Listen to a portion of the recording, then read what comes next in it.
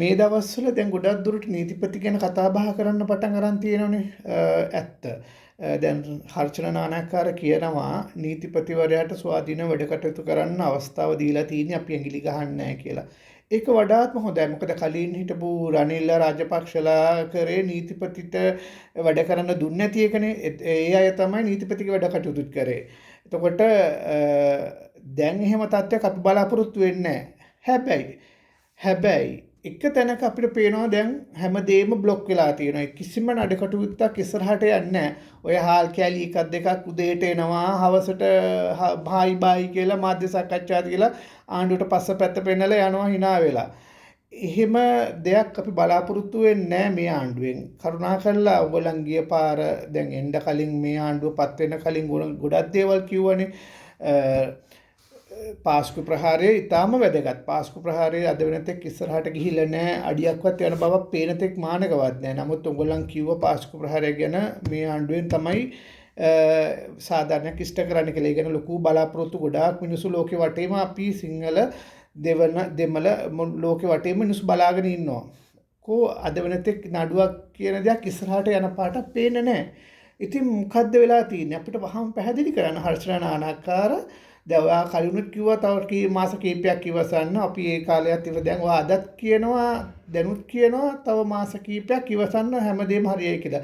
ඔයා අවුරුදු 5 ඉවර වෙනකම් අපිට මාස ගණන් දිදී කල් තියා අපිට කියනවා ඉවසන්න කියලා. එතකොට අවුරුදු 5 ගෙවිලිනාට පස්සේ ඔයාලා හිතනවාද ඊළඟට 5 දිස්සිය මොගලන්ට එන්න බැරිනොත් ඊළඟට නිකන් හරි වැරදිලා හරි කවුරුමෙට අපේ කවුරුමෙට හරි මේ ලංකාවේ මිනිස්සුන්ගේ කවුරුමෙට හරි වෙන ආණ්ඩුවක් පත් වුණොත් ඔය නඩු ඔක්කොම ඔයාලට කරන්න මේ ඊළඟට කාට හරි කරන්න ඉඩ තියෙයි කියලා. ඔය හැම නඩුවක්ම ඔය මහින්දානන්දලා ඇතුළු ඔය ඇතුලේ රනිල් රාජපක්ෂලාගේ ඇතුලේ ඉන්න උන්ගේ ඔක්කොම නඩු ෆයිලයි ජීවිතේට කිසිම කෙනෙකුට හොයාගන්න බැරි වෙන විදිහට කිසිම නීතිපතිවරයෙකුට කතා කරන්න බැරි වෙන විදිහට ෆයිල් අරින්න බැරි වෙන විදිහට විනාශ කරලා නන්නත්තර කළාම දානවා. අපි ඔය මේ ආණ්ඩුවෙන් විතරයි සාධාරණයක් ඉෂ්ට වෙයි කියලා බලාපොරොත්තු වෙන්න පුළුවන් එකම ආණ්ඩුව. ඉතින් මේ ආණ්ඩුවනොත් ඔය දේවල් සිද්ධ වෙන්නේ නැහැ කියන්නේ ආයෙත් ඉතින් ඉවරටම ඉවරයි. කිසිම නඩුවක් කෙරෙන්නේ නැහැ. තාජුඩින් ඝාතනය.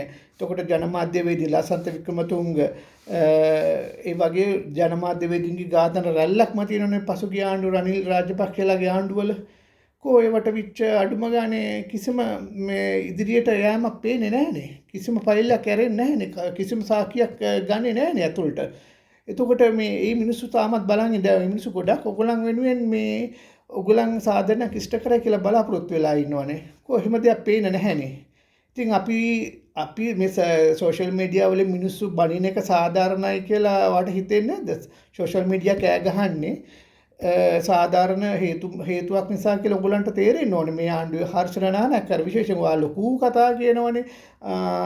අපි වගේ මේ සෝෂල් මීඩියා කියන දේවල් ගණන් ගන්න අපි ඒගොල්ලන් කියන දේවල් විදිහට වැඩ කරන්නේ නැහැ කියලා මතක තියාගන්න. සෝෂල් මීඩියා කියන්නේ ගොඩක් බල සම්පන්නයි අද කාලේ. ආණ්ඩුවක් ගෙදර යවන්නත් ගොඩක් දුරට සෝෂල් මීඩියා උදව් කරනවා. ඒ වගේම තමයි ආණ්ඩුව පත් කරන්නත් සෝෂල් මීඩියා උදව් කරනවා. ඉතින් ඉස්සර වගේ කියලා හිතන්න එපා. සෝෂල් මීඩියා වලට ගොඩාක් දේවල් කරන්න පුළුවන් මහත්තයෝ. ඔයා සෝෂල් මීඩියාවට පයින් ගහලා දොට්ට දැම්මට වැඩක් නැහැ. මොකද ඒක හරි බලවත් අද කාලේ.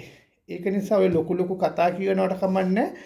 ඔයාලා වැඩ කරන්න පටන් ගන්න. කරුණාකරලා වැඩ කරන්න පටන් ගන්න. මොකද අර ඔයාලා වගේ අය පත් වෙලා ඉන්න අර මේ කාලේ මේ අර ආණ්ඩුව පරණ රනිල් රාජපක්ෂලාගේ තිබිච්ච නොහැකියාව නිසා මිසක් ඔයාලඟ තියෙන දක්ෂතාවය නිසා නෙමෙයි. ඒක හොඳට මතක තියාගෙන ඔළුවේ හොඳට මතක තියාගෙන ඉදිරි ගමන යන්න. මොකද ඔයාලව කිසි කෙනෙක් දන්නේ නැති ඔය 159 අතර ඉන්නෝනේ ඔයාලවත් අඳුරන්නේ නැති කට්ටිය.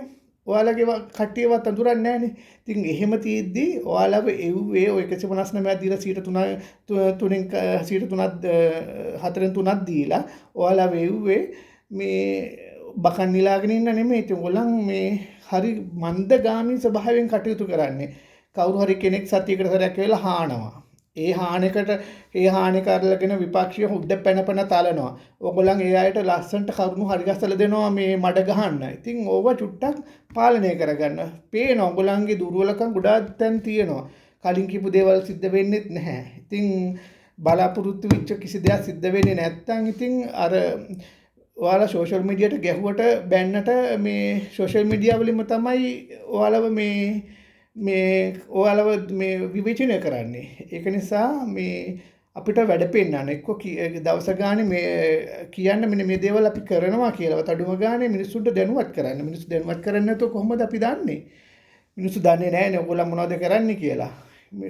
දැන් ඔය කවුරු හරි මේ කෙනෙක් ඇහුවොත් අනේ මේ මොනවද කරන්නේ දැන් මේ දවස්වල මොනවද අපිවත් දන්නේ නැහැ කියන්න. මේ නිවුස් වලට කියන දේක් විතර අපි දන්නේ. එහෙම බෑ. ඔයගොල්ලන් චුට්ටක් ඌට වඩා මේ ක්‍රියාශීලී වෙන්න, ඇක්ටිව් වෙන්න. ඉච්චරයි කියන්න තියෙන්නේ.